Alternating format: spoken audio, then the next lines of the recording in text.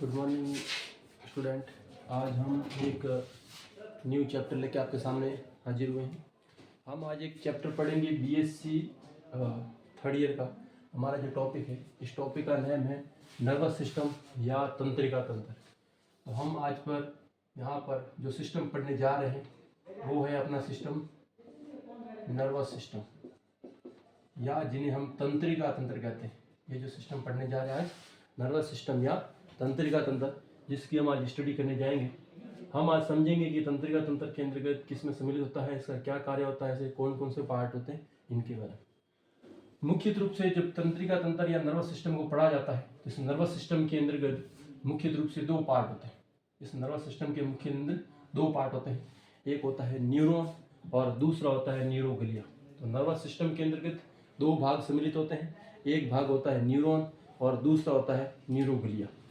अब इसके अंतर्गत जो न्यूरॉन पार्ट होता है, ये न्यूरॉन पार्ट मानव के शरीर की, या ऐसे कहेंगे कि इस नर्वस सिस्टम की संरचनात्मक तथा क्रियात्मक इकाई होती है। तो नर्वस सिस्टम की संरचनात्मक और क्रियात्मक इकाई होती है वो आपके न्यूरॉन होती है। इसके अलावा इसका दूसरा पार्ट होता है वो होता है न्यूरोग्लिया। अब हम इस नर्वस सिस्टम की जब बात करेंगे तो ये जो नर्वस सिस्टम है ये मुख्य रूप से दो प्रकार का होता है। ये नर्वस सिस्टम मुख्य रूप से दो प्रकार का होता है। इनमें पहला मुख्य रूप से नर्वस सिस्टम होता है सीएनएस। इसमें पहला मुख्य रूप से नर्वस सिस्टम होता है सीएनएस प्रकार का नर्वस सिस्टम। इस सीएनएस की फुल फॉर्म होती है सेंट्रल नर्वस सिस्टम, या जिसको हम कहते हैं केंद्रीय तंत्रिका तंत्र। ये केंद्रीय तंत्रिका तंत्र होता है। इनके अंदर के दो पार्ट होते हैं। पहला वाला पार्ट आता है, इसको बोला जाता है स्पाइनल कोड। ये स्पाइनल कोड, जिसे हम हिंदी में मेरुरज्जु भी कहते हैं। इसके बाद में इसका जो दूसरा पार्ट आता है ये आता है ब्रेन वाला पार्ट। ये ब्रेन वाला पार्ट होता है जो इसके अंतर्गत मुख्य पार्ट होता है। इसके अलावा इसमें जो ये दूसरा पार्ट होता है इसको बोला जाता है पीएनएस, जिसको पेरिफेरल नर्वस सिस्टम भी कहा जाता है। ये पेरिफेरल नर्वस सिस्टम, इनको पेरिफेरल नर्वस सिस्टम या हिंदी में इसको प्रीतीय तंत्रिका तंत्र कहा जाता है। ये प्रीतीय तंत्रिका तंत्र दो भागों में बटा होता है। पहला होता है सोमेटिक प्रकार का नर्वस सिस्टम और जबकि दूसरा होता है ऑटोनोमस प्रकार का नर्वस सिस्टम। सोमेटिक प्रकार का, जिसको कायिक तंत्रिका तंत्र कहा जाता है। दूसरा होता है ऑटोनोमस तंत्रिका तंत्र, या जिसको हिंदी में स्वायत्त तंत्रिका तंत्र कहा जाता है। अब हम बात करते हैं कि इनके अंतर्गत सीएनएस का जो सबसे फर्स्ट वाला भाग होता है ब्रेन। इस ब्रेन के बारे में डिटेल से पढ़ेंगे। ये ब्रेन है जो इस नर्वस सिस्टम का सबसे मुख्य या प्रमुख अंग होता है। इस ब्रेन के अंतर्गत बात करेंगे तो ये ब्रेन के अंदर तीन भाग होते हैं। पहला वाला भाग जिसे हम फोर ब्रेन कहा जाता है, ये फोर ब्रेन होता है। यहाँ हम इसको हिंदी में अग्र मस्तिष्क कहते हैं। यहाँ इसको फोर ब्रेन कहते हैं, यहाँ हम इसे अग्र मस्तिष्क कहते हैं। और इसका एक और नाम होता है वो होता है प्रोसिफेलॉन। दूसरी इनके अंतर्गत आता है मिड ब्रेन। ये मिड ब्रेन, जिसको हम मध्य मस्तिष्क के नाम से जाना जाता है, ये मिड ब्रेन होता है। ये मिड ब्रेन मुख्य रूप से मध्य मस्तिष्क कहलाता है, जबकि इस मध्य मस्तिष्क का एक और नाम होता है मीजेनसिफेलोन। तो इस मध्य मस्तिष्क का एक और नाम होता है मीजेनसिफेलोन। और तीसरा मस्तिष्क का प्रकार होता है जिसे हम हिंड ब्रेन कहते हैं। तो ये इसका थर्ड टाइप, जिसे हम हिंड ब्रेन कहा जाता है। ये हिंड ब्रेन इस मस्तिष्क का तीसरा पार्ट है, जिसे हम एक और नाम से बोला जाता है रोम्बेनसिफेलोन। तो इस प्रकार से ब्रेन के कितने पार्ट हो गए? ब्रेन के टोटल तीन पार्ट हुए। पहला पार्ट फोर ब्रेन, दूसरा पार्ट मिड ब्रेन, तीसरा part hind brain. Fore brain को प्रोसिफेलोन कहा जाता है, मिड ब्रेन को मीजेनसिफेलोन कहा जाता है, जबकि हिंड ब्रेन को रोम्बेनसिफेलोन कहा जाता है। अब हम बात करेंगे सबसे पहले फोर ब्रेन की। तो मुख्य रूप से इस फोर ब्रेन के अंतर्गत दो पार्ट आते हैं। इस फोर ब्रेन के दो पार्ट आते हैं। पहला वाला पार्ट आता है जिसे हम सेरेब्रम कहा जाता है। ये सेरेब्रम, या जिसको हिंदी में प्रमस्तिष्क कहा जाता है, जो आपका फोर ब्रेन का पार्ट होता है। दूसरा पार्ट आता है डायनसिफेलोन। यह डायनसिफेलोन भी इस फोर ब्रेन का ही पार्ट होता है। तो फोर ब्रेन के टोटल दो पार्ट होते हैं, पहला सेरेब्रम पार्ट, जबकि दूसरा डायनसिफेलोन पार्ट। उसके बाद दूसरा पार्ट आ रहा है मिड ब्रेन। इस मिड ब्रेन के कोई भी टाइप नहीं होते हैं, कोई भी पार्ट नहीं होते हैं। तीसरा आपका हिंड ब्रेन आता है। इस हिंड ब्रेन के अंतर्गत भी 3 पार्ट आपको देखने को मिलते हैं। पहला पार्ट हो जाता है आपका सेरेबेलम। ये सेरेबेलम है जो हिंड ब्रेन का फर्स्ट पार्ट होता है। इस हिंड ब्रेन का सेकंड पार्ट होता है वो आपका होता है पोन्स वेरुलाई। दूसरा पार्ट कौन सा हो गया? पोन्स वेरुलाई। जबकि इस हिंड ब्रेन का तीसरा पार्ट होता है ये पोन्स वेरुलाई, इसका दूसरा पार्ट सेरेबेलम इसका फर्स्ट पार्ट, जबकि थर्ड पार्ट इसका होता है मेडुला ऑब्लिगेटा। तो हिंड ब्रेन के टोटल 3 पार्ट होते हैं। पहला वाला पार्ट होता है सेरेबेलम, दूसरा होता है पोन्स वेरुलाई, तीसरा होता है मेडुला ऑब्लिगेटा। इस प्रकार से हिंड ब्रेन के टोटल 3 पार्ट हो जाते हैं। अब हम बात करेंगे सबसे पहले फॉर ब्रेन का पहला पार्ट जिसे हम सेरेब्रम कहा जाता है। आज हम सेरेब्रम के बारे में पढ़ेंगे। ये सेरेब्रम क्या होता है? ये सेरेब्रम इस फॉर ब्रेन का पार्ट होता है। तो ये सेरेब्रम है, पार्ट किसका है? फॉर ब्रेन का। इस सेरेब्रम के अंदर विशेषता क्या होती है? तो ये सेरेब्रम सबसे बड़ा होता है। सेरेब्रम सबसे बड़ा होता है। तो मस्तिष्क का सबसे बड़ा भाग होता है वो आपका सेरेब्रम होता है। मस्तिष्क का सबसे विकसित पार्ट, मस्तिष्क का सबसे बड़ा पार्ट और मस्तिष्क का सबसे विकसित पार्ट होता है वो आपका सेरेब्रम होता है। तो ये सेरेब्रम के कितने गुण हो गए? 2। पहला मस्तिष्क का सबसे बड़ा पार्ट और मस्तिष्क का सबसे विकसित पार्ट। दूसरा, इनके अंतर्गत एक अनुदैर्ध्य अक्ष पाया जाता है। सेरेब्रम के अंतर्गत एक अनुदैर्ध्य अक्ष पाया जाता है जो इस सेरेब्रम या इस प्रमस्तिष्क को 2 अर्धगोलार्धों में डिवाइड करता है। तो इस अनुदैर्ध्य अक्ष पाया जाता है इस सेरेब्रम के अंतर्गत जो इस सेरेब्रम को 2 अर्धगोलार्धों में विभाजित करने का कार्य करता है। अब ये 2 अर्धगोलार्ध होते हैं किसके? सेरेब्रम के। सेरेब्रम के 2 अर्धगोलार्ध को आपस में संयोजित करना, आपस में कनेक्टिव करना, आपस में जोड़ना, ये जो काम करता है ये काम करता है कॉर्पस कैलोसम। तो ये कॉर्पस कैलोसम होता है जो इस 2 अर्धगोलार्ध जो सेरेब्रम के होते हैं उनको आपस में संयोजित करने का काम करता है। अगला पॉइंट ये है कि इस सेरेब्रम, ये सिर्फ सेरेब्रम के अंतर्गत जो 2 अर्धगोलार्ध होते हैं वो केवल स्तनधारियों में या केवल मेमेलिया के प्राणियों के अंदर ही पाया जाता है।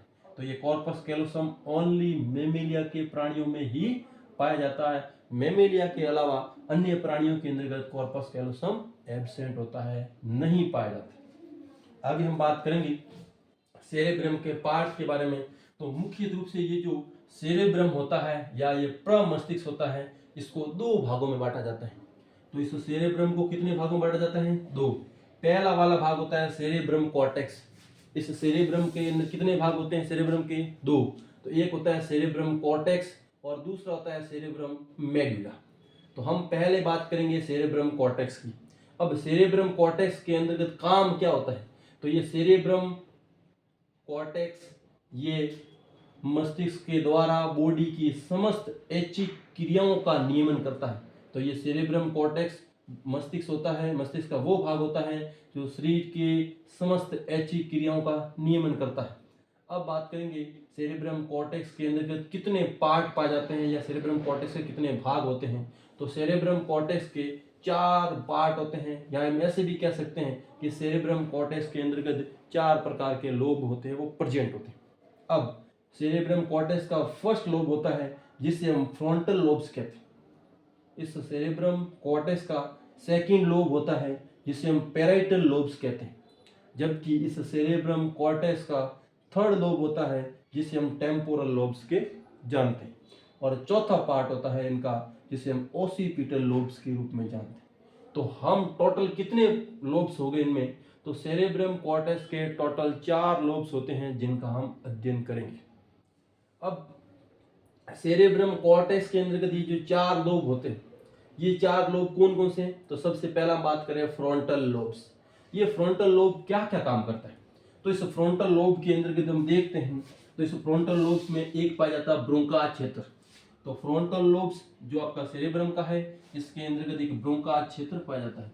ये ब्रोंका क्षेत्र मुख्य रूप से वाणी से संबंधित होता है। हम जितनी भी ध्वनि निकालते हैं, हम जितनी भी वाणी निकालते हैं, स्पीच बोलते हैं, उन सब का काम करता है वो कौन करता है? ब्रुका क्षेत्र करता है। अगर हमारा ब्रुका क्षेत्र नष्ट हो जाए, अगर ब्रुका क्षेत्र सही से कार्य ना करे, तो हम स्पीच या वाणी को बाहर नहीं निकाल पाते। दूसरा, इस फ्रंटल लोब्स के अंतर्गत आईक्यू पाया जाता है। मतलब ये फ्रंटल लोब होता है, जितना भी हम आईक्यू लेवल है उसका काम कौन करता है? ये फ्रंटल लोब्स करता है। इंटेलिजेंस हम दिखाते हैं, हम क्रिएटिविटी दिखाते हैं, जितनी भी बुद्धिमत्ता दिखाते हैं, हम जितनी भी क्रिएटिविटी दिखाते हैं, हम जितने भी प्रकार के डिसीजन मेकिंग, मतलब हम जितने भी प्रकार के डिसीजन लेते हैं, जितने भी प्रकार के हम निर्णय लेते हैं, वो सब का सब काम कौन करता है? फ्रंटल लोब्स करता है। इसके अलावा जीवन में आने वाली जितनी भी प्रॉब्लम होती है, उन प्रॉब्लम की हम जो सॉल्विंग करते हैं या प्रॉब्लम को सॉल्व करते हैं, तो ये प्रॉब्लम सॉल्व करने का भी काम मुख्य रूप से इस सेरेब्रम कॉर्टेक्स का फ्रंटल लोब्स पार्ट करता है। अब हम इसमें दूसरा पार्ट पढ़ेंगे। दूसरा पार्ट हो जाता है पैराइटल लोब्स। तो ये पैराइटल लोब है, ये सेरेब्रम कॉर्टेक्स का दूसरा लोब्स होता है। ये काम क्या करता है? जब अधिक मात्रा के अंतर्गत हीट या गर्मी लगती, अधिक मात्रा में हीट लगती है उसमें काम करता है, अधिक मात्रा में ठंड लगती है तभी पैराइटल लोब्स काम करता है। जब भोजन का टेस्ट पता करना, भोजन का स्वाद पता करना हो, तो उसमें काम भी पैराइटल लोब्स करता है। इसके अलावा हम टच करते हैं, मतलब स्पर्श दर्शाते हैं। इसके अलावा पेन होती है, जो पीड़ा वगैरह होती है उसके अंदर। इसके अलावा प्रेशर या दबाव के अंदर भी हमारे मुख्य रूप से पैराइटल लोब्स कार्य करता है। इसके बाद हम थर्ड की बारे में बात करेंगे। तो कॉर्टेक्स का ये थर्ड लोब होता है जिसे हम टेम्पोरल लोब्स कहते हैं।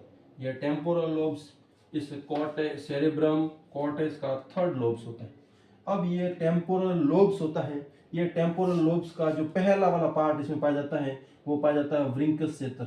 ये वृंकस क्षेत्र क्या काम करता है?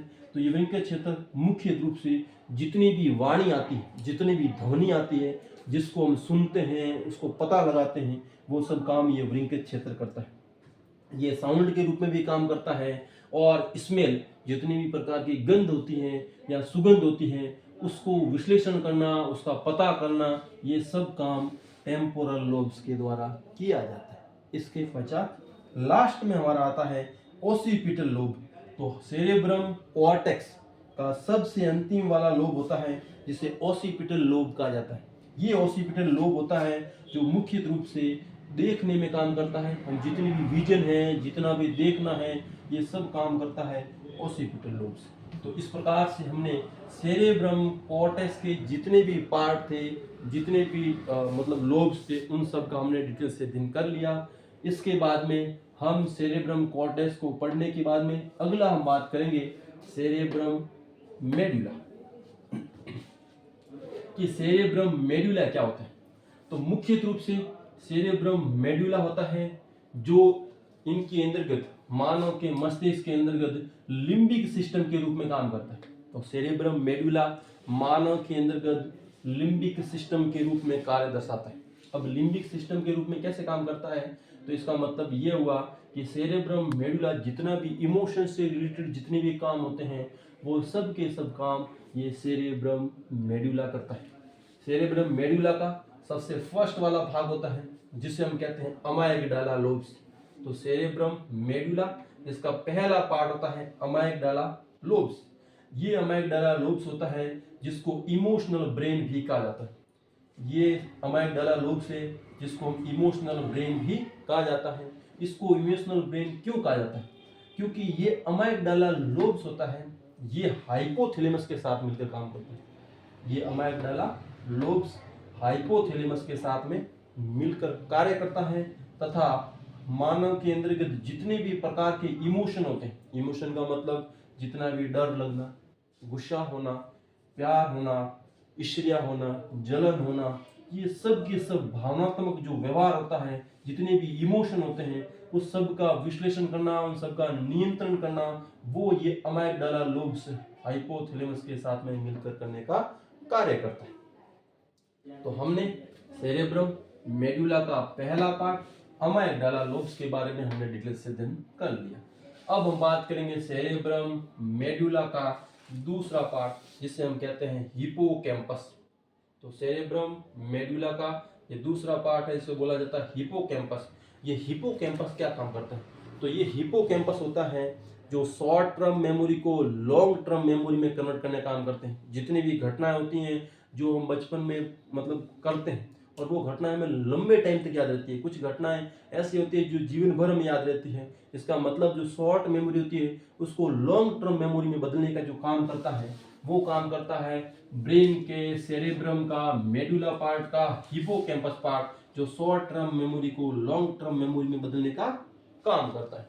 इसके बाद में अगला आ जाता है आपका सेरेब्रम मेडुला का सबसे अंतिम वाला पार्ट, जिसे बोला जाता है बेसल गैंग्लिया।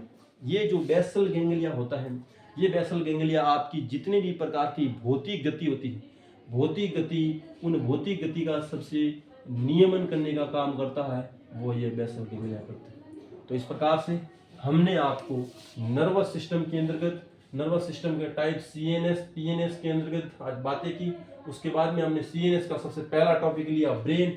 ब्रेन के हमने 3 पार्ट पढ़ाए, for brain, mid brain, hind brain. और उसके बाद में हमने सेरेब्रम को पढ़ा। सेरेब्रम के अंतर्गत हमने सेरेब्रम कॉर्टेक्स को पढ़ा और सेरेब्रम मेडुला को पढ़ा। और आशा करते हैं कि यहाँ तक आपको लगभग सारे जो टॉपिक पढ़ा है वो समझ में आ गया होगा। और नेक्स्ट लेक्चर के अंतर्गत हम इससे आगे के जो भी टॉपिक बचते हैं उसे हम कवर करेंगे। धन्यवाद।